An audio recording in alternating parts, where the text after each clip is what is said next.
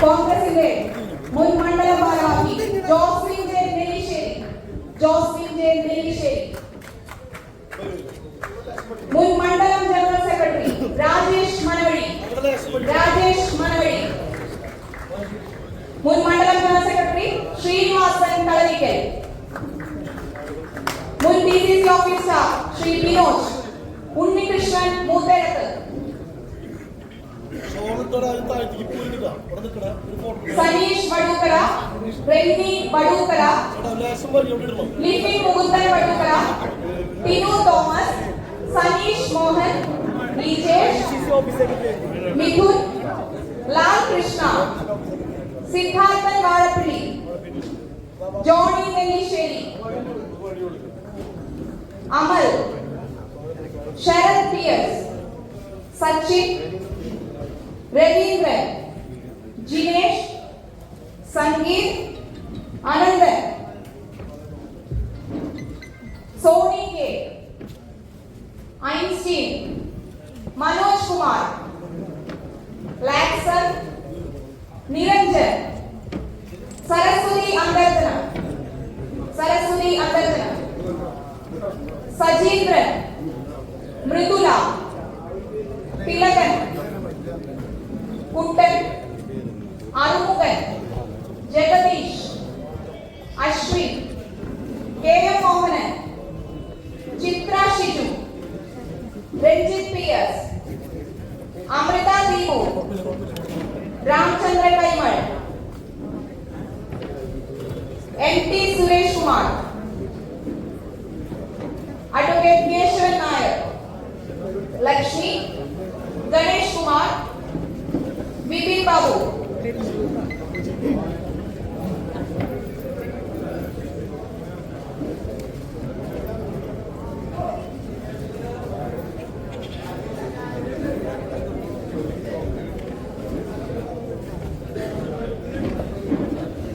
Babu CC വലിയ പറമ്പിൽ,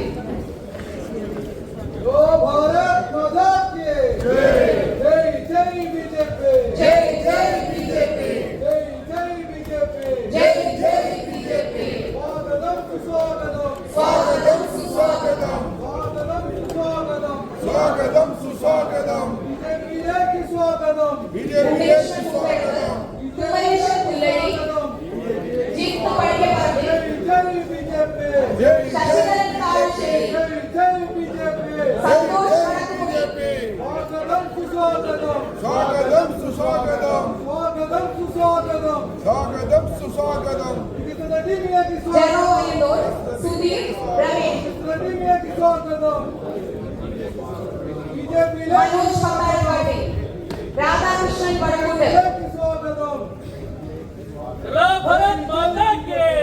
Vijayan പച്ചാമുള്ളി, Johnson, സ്വാഗതം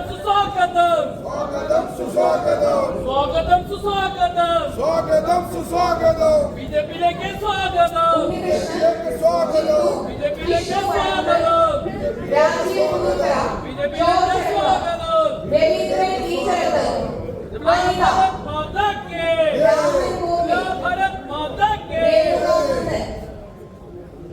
അക്കല Paul, Joby, Davis അക്കരപ്പറ്റി, ചന്ദ്രൻ, ഡോണെ, Davis,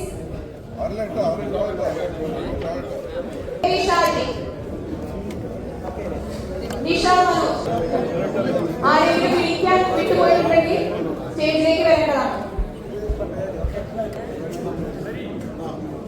ഏറ്റവും തൃശ്ശൂർകാരെ സംബന്ധിച്ചിടത്തോളം, കേരളത്തെ സംബന്ധിച്ചിടത്തോളം ഏറ്റവും കേരളത്തിന്റെ മനസ്സറിഞ്ഞ് കേരളത്തിലെ മുഴുവൻ ജനങ്ങളോടൊപ്പം നിന്ന സ്വർഗീയ കെ കരുണാകരൻജി എന്ന ബഹുമാനായിട്ടുള്ള മുഖ്യമന്ത്രി ഏറ്റവും അധികം സമയം ചെലവഴിച്ച ഒരു മണ്ണിലാണ് ഭാരതീയ ജനതാ പാർട്ടി ഇന്ന് ഇത്തരത്തിലുള്ള ഒരു വലിയ പടയോട്ടത്തിന് തുടക്കം കുറിക്കുന്നത്.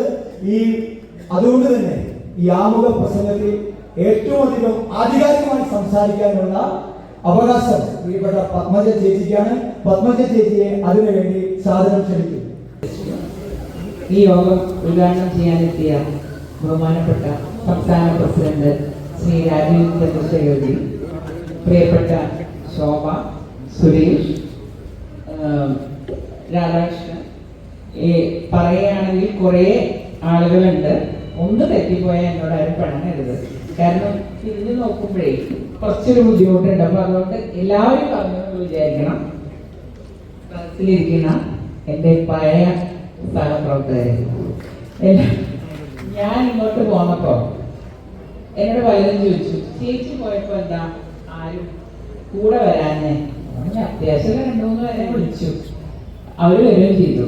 പക്ഷെ ഇപ്പം ഞാനൊരു തുടക്കം കുറിച്ചിരിക്കുകയാണ്. ഈ തൃശ്ശൂരിലത്തെ ഞാൻ കോൺഗ്രസുകാരെ മൊത്തമായി ഞാൻ ഊറ്റിക്കൊണ്ടുപോകും. കാരണം എന്താന്ന് വെച്ചാല് ഇനിയും നിങ്ങൾ ഈ പീഡനം സഹിക്കണ്ട. 10 കൊല്ലം ഇവിടെ നിന്ന് ചവിട്ടും കുത്തും സഹിച്ചിട്ടുള്ള ആൾക്കാരാണ്. എനിക്കിവിടെ സ്റ്റേജിൽ വന്നിരുന്നപ്പോൾ സന്തോഷം തോന്നിയത് ഇവിടുത്തെ കൗൺസിലർമാരെല്ലാം രംഗത്തുണ്ട്. പണ്ട് നിങ്ങൾ കോൺഗ്രസ്സിലുള്ളപ്പം ഒരു കോൺഗ്രസ് മീറ്റിംഗ് വിളിച്ച ഏതെങ്കിലും കോൺഗ്രസ് കൗൺസിലർമാരെ കണ്ടിട്ടുണ്ടോ? അവർ കാര്യം കഴിഞ്ഞാൽ പോകും. പിന്നെ അടുത്ത 5 കൊല്ലം കഴിഞ്ഞിട്ടേ വരുള്ളൂ.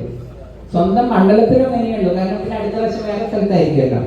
അപ്പൊ എനിക്ക് കൗൺസിലർമാരെ കണ്ടപ്പോഴാണ് എന്റെ ആദ്യത്തെ സന്തോഷം. സത്യം പറഞ്ഞു. ഇപ്പൊ ഞാൻ പറഞ്ഞില്ലേ, ഇതിപ്പോ നമ്മുടെ കൂടെ ഏകദേശം 10-100 പേര് ഇനിയുണ്ട്. അടുത്ത മാസം വീണ്ടും ഉണ്ട്. അപ്പൊ അങ്ങനെ ഓരോ മാസമായിട്ട് കൊണ്ടുവരാന്ന് ചോദിച്ചു. എല്ലാം കൂടി നമ്മൾ ബുദ്ധിമുട്ടാവില്ലേ? കാരണം പലർക്കും എന്താ പറയുക, നമ്മളെ അക്കോമഡേറ്റ് ചെയ്യണം. പിന്നെ ചെറിയ അച്ഛനെ രണ്ടാമത്തെ സ്വഭാവം കിട്ടിയുണ്ട്. കൂടെ നിൽക്കുന്നവരെ പ്രൊട്ടക്ട് ചെയ്യുന്ന സ്വഭാവമുണ്ട്. അതുകൊണ്ട് തന്നെയാണ് ഞാൻ പലപ്പോഴും പുറത്തു പോയത്. അതുകൊണ്ട് തന്നെ നിങ്ങളുടെ കാര്യത്തിൽ തീർച്ചയായിട്ടും എൻ്റെ ഒരു ശ്രദ്ധ ഉണ്ടാവും. നിങ്ങൾക്ക് ധൈര്യമായിട്ട് പോരാ. കാരണം ഇപ്പം ശോഭയൊക്കെ ഇവിടെ ഉണ്ട്. ഈ പറഞ്ഞ പിന്നെ പുതിയ പ്രസിഡന്റ് ആണെങ്കിൽ നമ്മൾ എന്ത് പറഞ്ഞാലും അറ്റ്ലീസ്റ്റ് നമ്മുടെ വിഷമം കേൾക്കാനെങ്കിലും ഒരാളുണ്ട്. അതാണ് ഇതിന്റെ ഏറ്റവും വലിയ പ്രത്യേകത ഞാൻ കണ്ടിട്ടുള്ളത്. എന്നോട് ചോദിക്കും എല്ലാവരും, സ്ഥാനം കിട്ടിയോ സ്ഥാനം കിട്ടിയോ? ഞാൻ ഇരിക്കാത്ത സ്ഥാനങ്ങളൊന്നും ഇല്ല. അതിനേക്കാളും വലുത് കിട്ടാൻ വേണ്ടിയിട്ടല്ല, മനസ്സമാധാനത്തിനാണ് ഞാൻ BJP ചേർന്നത്. അതെനിക്കിവിടെ നല്ലോണമുണ്ട്. രാത്രി ഉറക്കമുണ്ട്, രാത്രി ടെൻഷൻ ഇല്ല. പിന്നെ തൃശ്ശൂർ വരുമ്പോൾ അറിയാലോ, എനിക്ക് ഇവിടെ ഞാൻ രാഷ്ട്രീയക്കാരിക്കല്ല. ഇവിടെ നിങ്ങളുടെ വീട്ടിലൊരു മെമ്പറാണ് ഞാൻ. ഓരോ വീട്ടിൽ ചെല്ലുമ്പോഴും എൻ്റെ അച്ഛൻ്റെ ബന്ധങ്ങൾ, എൻ്റെ ബന്ധങ്ങൾ, അമ്മയുടെ ബന്ധങ്ങൾ, എൻ്റെ അമ്മ ജനിച്ചു പോകുന്നത് കൂടിയാന്ന് എനിക്കറിയാം. അപ്പൊ അതുകൊണ്ട് തന്നെ തൃശ്ശൂരിൽ ഒരു രാഷ്ട്രീയ പ്രസംഗത്തിന് എനിക്ക് താല്പര്യമില്ല. പക്ഷെ നിങ്ങൾ ഒരു കാര്യം കണ്ടോളൂ, അടുത്ത കോർപ്പറേഷൻ നിങ്ങളുടെയൊക്കെ സപ്പോർട്ട് ഉണ്ടെങ്കിൽ നമ്മൾ പിടിച്ചെടുക്കും. ഇവിടെ മാത്രമല്ല, തിരുവനന്തപുരത്തുമെല്ലാം നമ്മൾ വരും. ഞാൻ പറഞ്ഞത് തെറ്റാറില്ല. ഞാനാണ് സുരേഷ് ഗോപി ജയിക്കുന്ന പറഞ്ഞ ഒരേ ഒരാളാണ്. ഞാൻ പറയുന്ന കോർപ്പറേഷനിൽ നമ്മൾ ഭരണം പിടിച്ചെടുക്കും. ഭരണം എന്താ എന്നൊക്കെ കാണിച്ചു കൊടുക്കും. ഇപ്പൊ കണ്ടല്ലോ, മാർക്സിസ്റ്റ് പാർട്ടിയുടെ ഭരണം കോൺഗ്രസ് പിന്നെ പൊട്ടിച്ചു. അവരെനിക്ക് അടുത്ത പ്രാവശ്യം 3ാമത് പോവാൻ വേറെ സ്ഥലമില്ലാത്തത് 3ാമത് വരും. ആ രീതിയിലാണ്. കാരണം കൂടെ കിടന്നാലേ രാപ്പനി അറിയില്ലേ. എനിക്കറിയാം ഇതിനെങ്ങനെയാ സീറ്റ് കൊടുക്കാൻ പോണേന്ന്. അത് നടക്കും എല്ലാ കാര്യം. എത്രയോ ആളുകൾക്ക് ആധാരപ്പെട്ടവർക്ക് കിട്ടാണ്ട്. എനിക്കറിയാം ഇതിനെന്തൊക്കെയാ ചെയ്തിരുന്നത്. അതിലപ്പുറം ആരും നന്നായിട്ടൊന്നുമില്ല ഈ 2-3 കൊല്ലം കൊണ്ട്. അപ്പൊ അതുകൊണ്ട് തന്നെ BJP ഇപ്പം ഞാൻ പറഞ്ഞില്ലേ, സദാനന്ദനോട് പോയി സദാനന്ദൻ 6ാം ക്ലാസ് തൊട്ട് കോൺഗ്രസിന്റെ കൊടി പിടിച്ചാളാണ്. 26 കൊല്ലമായിട്ട് മണ്ഡലം പ്രസിഡന്റാണ്, SNDPയുടെ പ്രസിഡന്റാണ്. അദ്ദേഹത്തിനൊക്കെ മനസ്സ് മടക്കണമെങ്കിൽ എന്തായിരിക്കും ആ പാർട്ടിയൊക്കെ അദ്ദേഹത്തോട് ചെയ്തിരിക്കുന്നത്? അന്ന് ഞാൻ അദ്ദേഹത്തെ കുറെ സഹായിക്കാൻ നോക്കിയോണ്ട് എനിക്ക് അവരുടെ. അപ്പൊ അന്നേ എനിക്കറിയാം സദാനന്ദൻ അവിടെ നിൽക്കില്ല, സദാനന്ദൻ ഇങ്ങനെ പോരുന്നുണ്ട്. അപ്പൊ ആൾക്കൊക്കെ മനസ്സിലായി BJP ആണ് ആൾക്ക് പറ്റിയ പാർട്ടി. എന്നാൽ നല്ലോണം പണിയെടുക്കും. ഇവരൊക്കെ പണിയെടുക്കാനറിയാം. ഞാൻ തമാശയ്ക്ക് കോൺഗ്രസ്സുകാരെ പറ്റി പറയും, പണിയെടുക്കാനും പറയാം, പണി കൊടുക്കാനും പറയും. അവരാദ്യം പണി കൊടുക്കുന്നതിന് പണിയെടുക്കുന്നു. അപ്പൊ അങ്ങനെ സ്വഭാവ സംഘടനയിൽ നിന്ന് ഇവിടെ പോരുമ്പോൾ തീർച്ചയായിട്ടും ഇവിടെ പണിയെടുക്കാനൊരു അവസരം നിങ്ങൾക്കുണ്ട്. ഇവിടുത്തെ ജില്ലാ പ്രസിഡന്റ് ആണെങ്കിലും ജസ്റ്റ് ഞാൻ ഇത്രയധികം സഹകരണമുള്ള ഒരു പ്രസിഡന്റ് കിട്ടിയിട്ടില്ല.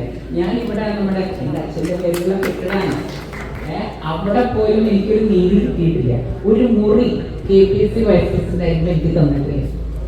അത്രയും അപമാനിച്ചിട്ടാണ് ഞാൻ ഈ പാർട്ടിയിൽ നിന്ന് പോയത്. അപ്പൊ അതുകൊണ്ട് തന്നെ പിന്നെ അന്ന് കെട്ടിടം പണിത കഥകളൊക്കെ ഞാൻ പിന്നെ പറഞ്ഞുതരാം എങ്ങനെയാണെന്നല്ല, എത്ര കെട്ട് പൊടിച്ചിട്ടാണ് ആ കെട്ടിടം പണിതരുന്നത്. അപ്പൊ അതുകൊണ്ട് അതിലേക്കൊന്നും ഞാൻ കിടക്കുന്നില്ല. എന്തായാലും വന്നവർക്ക് സ്വാഗതം, ഇനി വരാനിരിക്കുന്നവർക്കും സ്വാഗതം. എല്ലാവരും ഒറ്റക്കെട്ടായിട്ട് പറഞ്ഞ മതി. ഏതോ കോൺഗ്രസ് മീറ്റിംഗിൽ എന്റെ സഹോദരൻ പറഞ്ഞു കേട്ടു, എല്ലാവരും ഒറ്റക്കെട്ടായി ഇതുവരെ ഒറ്റക്കെട്ടായിട്ടല്ലേ പ്രവർത്തിച്ചിരുന്നത്. പക്ഷെ BJP-യിൽ എല്ലാവരും ഒറ്റക്കെട്ടായിട്ട് പ്രവർത്തിക്കുന്നുണ്ട്. പക്ഷെ അവരുടെ പ്രവർത്തനങ്ങൾ അധികം പുറത്തേക്ക് കാണില്ല. മറ്റൊരു ബഹളം വെച്ച് മറ്റൊരു മീറ്റിംഗ് ഇവിടെ കൂടാതെ കഴിഞ്ഞ പ്രാവശ്യം ഞാൻ വന്നപ്പോൾ അപ്പുറത്തെ വീട്ടിലെ കോൺഗ്രസിന്റെ 20 പേരുണ്ടായിരുന്നു, വെറും 20 പേര്. ഇവിടെ ഞാൻ 250 പേരെ മീറ്റിംഗ് വിളിച്ചു കൂട്ടിയിരുന്നു കോൺഗ്രസിലിരുന്നു. അപ്പൊ അതുകൊണ്ട് തന്നെ എനിക്ക് മനസ്സിലായി എന്തായിരിക്കും. ഇന്നലെ ഒരാൾ കോൺഗ്രസ്സുകാരൻ വന്നിട്ട് പറഞ്ഞു, ഞാൻ ഈ ഭാഗത്താണ് മത്സരിക്കുന്നത്. അപ്പൊ ഞാൻ അമ്പലത്തിലേക്ക് ഇങ്ങനെ കയറുക, എനിക്കത് പറയാൻ തോന്നിയാൽ ഭഗവാൻ പറയിച്ചാണോ എന്നറിയില്ല. അതോടുകൂടി അതിന് ഇലക്ഷൻ നിൽക്കുമെന്നെ അറിയില്ല. അത് മനസ്സിനെ തളർന്നു. പിന്നെ എനിക്ക് തോന്നി ഇവ പറയേണ്ടിയിരുന്നില്ല. ഞാൻ ആലോചിച്ച് പറഞ്ഞതല്ല, പെട്ടെന്ന് എൻ്റെ വായിൽ വന്നതാണ്. കാരണം ഇവരൊക്കെ എനിക്കറിയേ കൂടെ നിന്നിട്ട് കുത്തണം. അതാണ് അച്ഛൻ പണ്ട് പറഞ്ഞു, എന്റെ മുന്നിൽ നിന്നും പിന്നിൽ നിന്നും കുത്തിയിരുന്നത്. ചേട്ടൻ 2-3 പ്രാവശ്യം നോക്കി, ഇനി അത് തന്നെ. അപ്പൊ ഇവർക്കൊക്കെ എന്താ പറയാ, അങ്ങോട്ടും ഇങ്ങോട്ടും ആരാണ് ശരിക്കും കുത്തിയതെന്ന് ഒരിക്കൽ ഞാൻ തുറന്നു പറഞ്ഞു. അതോടുകൂടി ഇവിടുത്തെ കോൺഗ്രസ്സുകാർക്ക് എന്താ നടന്നെന്ന് മനസ്സിലായി. അതിനുള്ള സമയം നോക്കി നിൽക്കുകയാണ്. എല്ലാവർക്കും കുറച്ച് വിവേകാനന്ദ ഇവിടെ വരുമ്പോൾ ഞാൻ ഇമോഷണലായി പോകും. അതുകൊണ്ട് തന്നെ ഇത്രയും നേരം കേട്ടിരുന്ന നിങ്ങൾക്ക് നന്ദി പറയുന്നു. നിങ്ങൾക്ക് എല്ലാ ആശംസകളും നടന്നുകൊണ്ട് ഞാൻ നിർത്തുന്നു.